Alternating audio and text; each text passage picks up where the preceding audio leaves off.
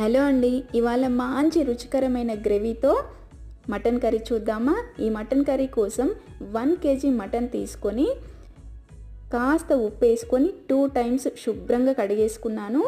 దీంట్లో 4 teaspoons కారం, 2 teaspoons ఉప్పు వేసుకోవాలి. కాస్త కారం కావాలి అనుకుంటే ఇంకాస్త వేసుకోవచ్చు.